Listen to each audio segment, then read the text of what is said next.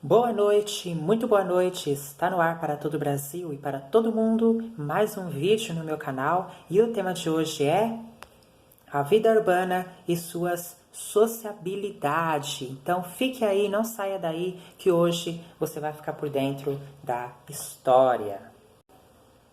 E o objetivo da nossa aula é compreender melhor as realidades da vida urbana no tempo do Renascimento, relacionando-as ao avanço da burguesia comercial europeia. Ok, pessoal?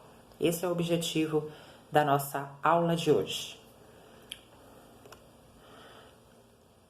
Um dos maiores feitos da Renascença foi a consagração da vida urbana e a transformação da cidade em centros vitais do enriquecimento europeu no século XIV, XV e XVI.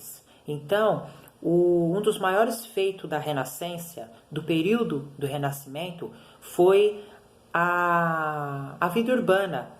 A vida urbana, ou seja, a urbanização, a transformação de cidades que ocorreu no período do Renascimento. No período do Renascimento ocorreu muita transformação de cidades, né?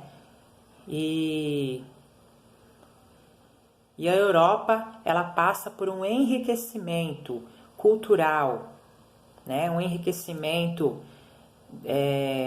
europeu, um enriquecimento da cultura, da arte, né? A riqueza, as mentes geniais de criar, de produzir. A antiguidade teve suas cidades importantes, sendo alguma delas centros de grandes impérios como Roma e Constantinopla. Tá vendo aí? Roma e Constantinopla é um exemplo que a gente tem dessa transformação da sociedade. A palavra sociabilidade se refere à sociedade. Ok, pessoal?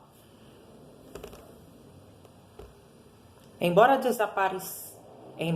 a desaparição do Império Romano do Ocidente tenha significado a diminuição do fenômeno urbano e a ruralização da vida, muitas das cidades medievais, como Paris, no tempo de Carlos Magno, concentravam poder e importância. Foi no Renascimento, porém, que as cidades voltaram ao cenário ocidental, como palco principal das grandes forças social, política e econômica desse tempo histórico.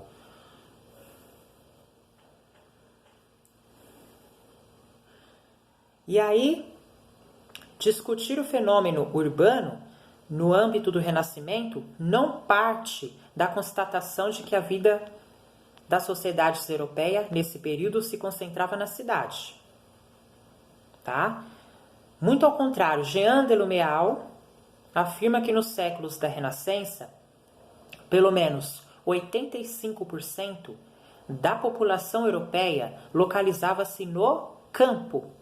A civilização do Renascimento, p. 237. Portanto, não se trata de pensar a cidade renascentista a partir da concentração populacional, mas sim entender a sua importância em relação às atividades que ela encerra. Tá?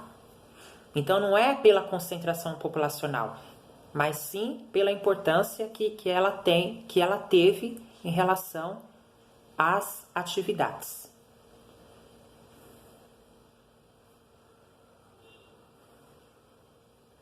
A pujança das cidades do Renascimento mantém uma relação direta com o surgimento de uma burguesia comercial na Europa. Algumas cidades nascem de situações mais simples e despretensiosas, como as que resultam do quê? Da concentração de pessoas em pontos de passagem que abrigavam feiras medievais ao ar livre, né? Porque foi lá na Idade Média, né, que surgiu as feiras ao ar livre.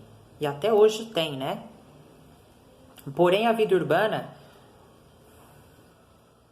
floresce mais intensamente em regiões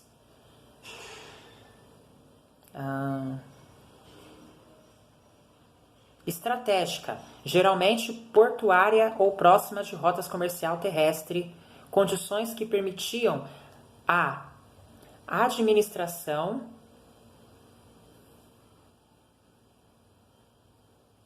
permitiam a administração dos negócios de forma muito mais rápida e eficiente,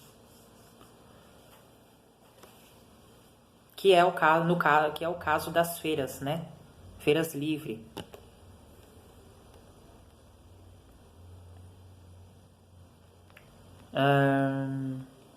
Não se estranha, portanto, que algumas das principais cidades do Renascimento se localizassem na Península Itálica e na região dos chamados Países Baixos, localidades com rápida saída para o mar, a partir do tempo referido, o principal caminho rumo à riqueza comercial.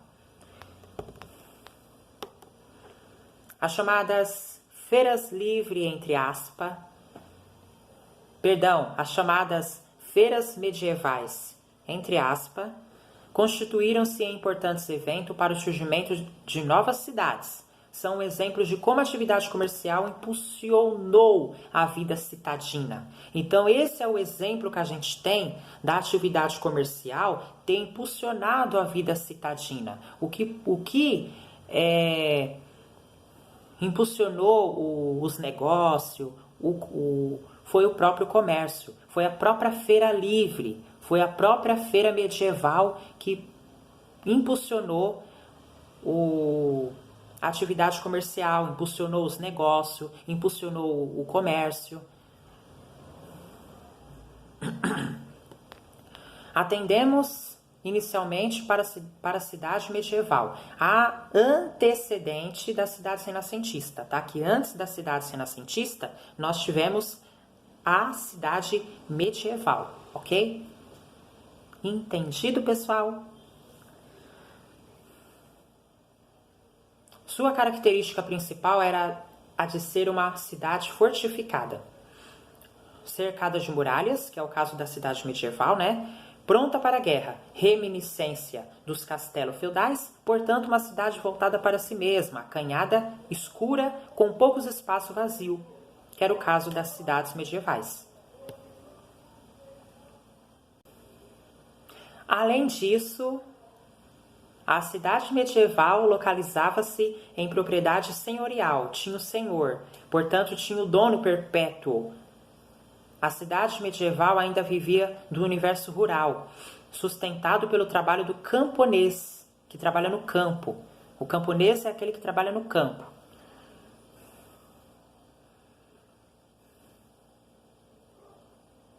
Exceção feita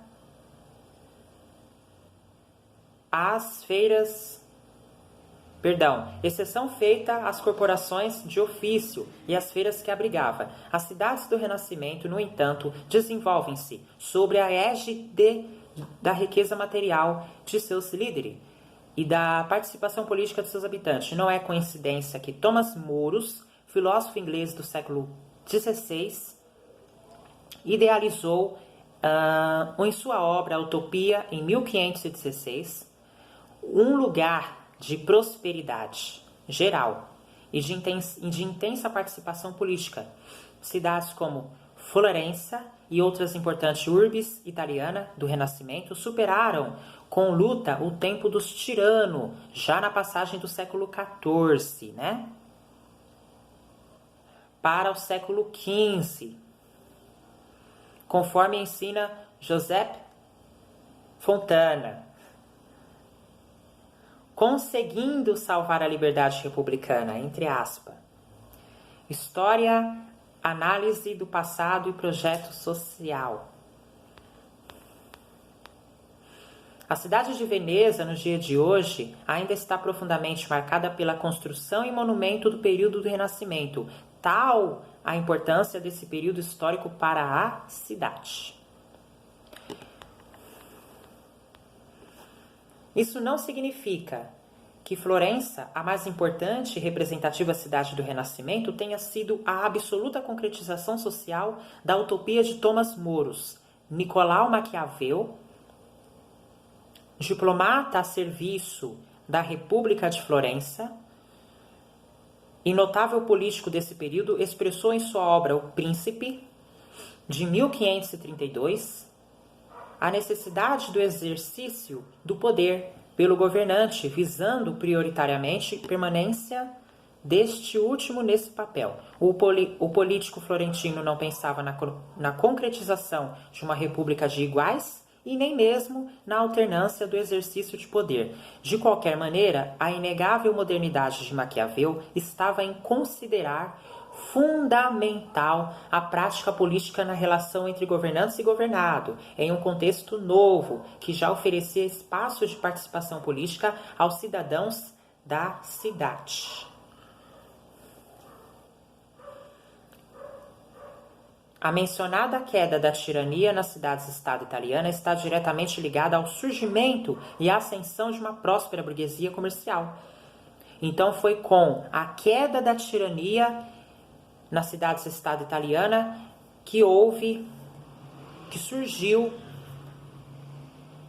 foi com a queda da tirania nas cidades-estado italiana que houve uma ascensão e uma prosperidade na burguesia comercial.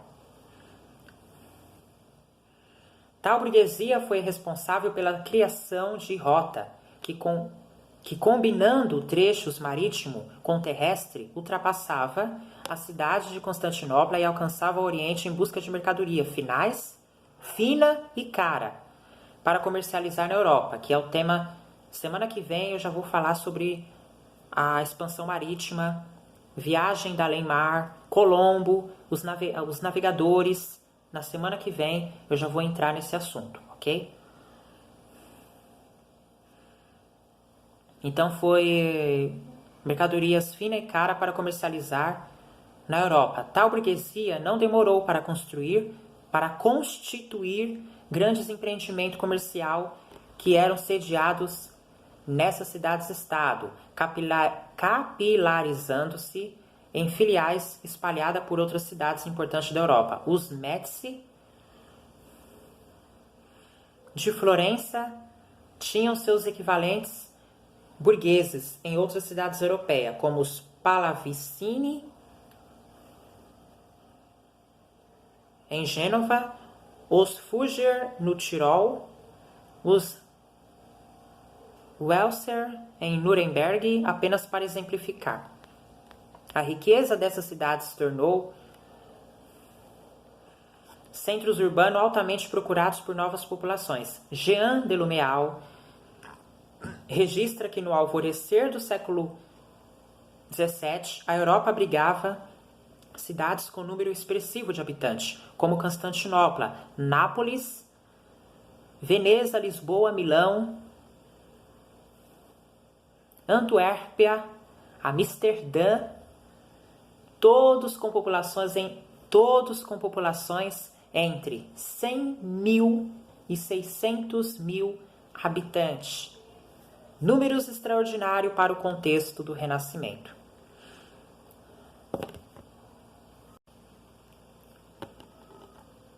Nesse contexto de crescimento econômico e demográfico, as cidades do Renascimento impuseram a si próprias o desenvolvimento de soluções urbanísticas que organizavam os espaços públicos para facilitar a locomoção de pessoas, cavaleiros e carro, pontes, passagens de nível, ruas largas e praças, bairros operários e vilas afluentes, espaços destinados à administração pública e privada, ocuparam as cidades do Renascimento, apresentando-se como o inverso das acanhadas e estreitas cidades medievais. Ao aspecto prático da organização espacial se uniu a preocupação estética e a necessidade do belo, marca registrada da opulência burguesa e de um tempo de artistas. Nas estátuas, nos monumentos e nos arcos, que saudavam burgueses e príncipes locais, via-se a preocupação em eternizar simbolicamente esse tempo de indiscutível poderio.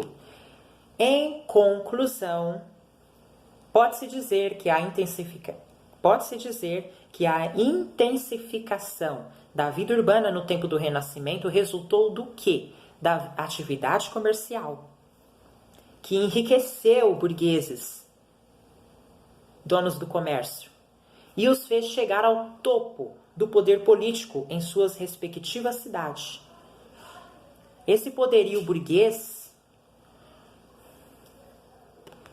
propiciou o adensamento das cidades com a chegada de novos contingentes populacionais e o estabelecimento de redes de negócio e atividades comerciais e industriais ligadas aos moradores locais e às companhia burguesa instalada, nessas mesmas cidades. Novas relações de natureza política se fizeram necessárias para gerir esses núcleos altamente povoados e necessitados de governo eficiente e soluções imediatas.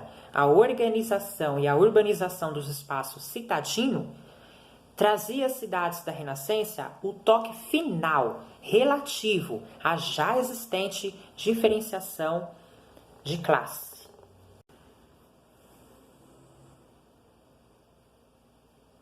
Ainda muito longe, no tempo das megalópolis contemporânea do capital, as ricas cidades renascentistas já traziam consigo o germen da desigualdade e a pretensão